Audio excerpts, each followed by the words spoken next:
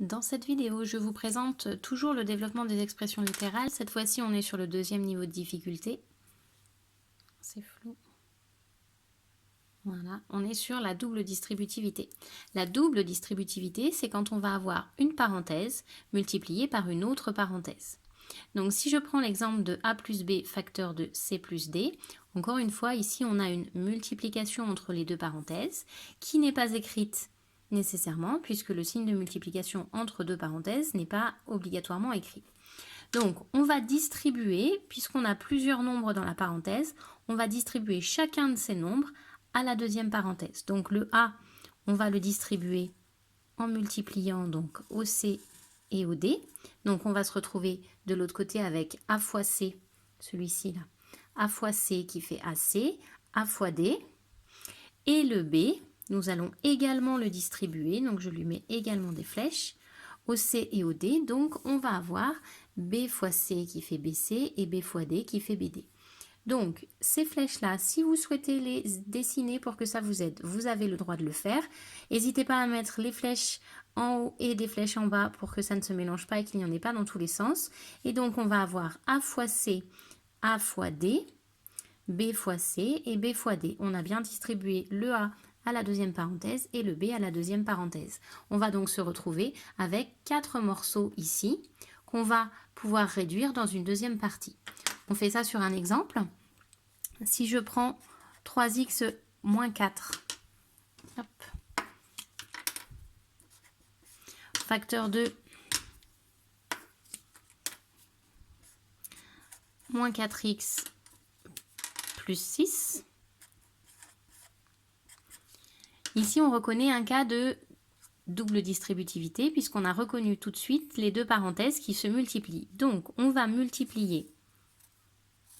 On va distribuer le 3x dans la deuxième parenthèse et ensuite on distribuera non pas le 4 mais le moins 4 à la deuxième parenthèse.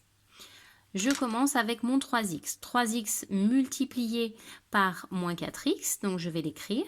3x multiplié par moins 4x. Ensuite, je vais avoir 3x multiplié par 6. 3x est positif, 6 aussi, donc ici c'est positif. 3x multiplié par 6. Je vais maintenant passer au moins 4. Moins 4 que je vais multiplier par moins 4x. Moins et moins, le résultat va être positif. Donc ici, je vais pouvoir mettre un plus. Ce qui fait que j'ai plus besoin de m'occuper des signes. Je vais multiplier les nombres entre eux. Donc 4 multiplié par 4x. Je ne m'occupe plus du moins 4x et du moins 4 ici parce que j'ai déjà regardé le signe. Moins par moins, ça va faire plus. Et j'ai déjà écrit le signe plus. Donc, je n'ai pas besoin de revenir et de les réécrire ici.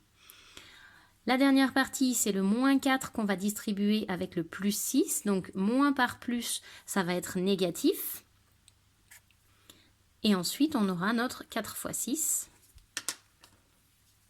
Alors, on essaye quand même de mettre tout ça sur une seule ligne normalement. Là, j'ai écrit un petit peu gros et avec les couleurs, mais normalement, il faut que ça rentre sur une ligne. Donc, si je reviens, mon 3x a été distribué au moins 4x. 3x multiplié par moins 4x. Le 3x a été distribué au 6.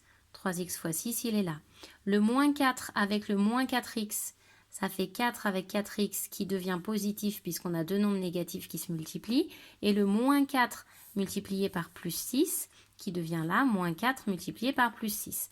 Une fois qu'on en est là, on va réduire. Donc ici, on va calculer ce que ça donne. 3x multiplié par moins 4x, c'est négatif.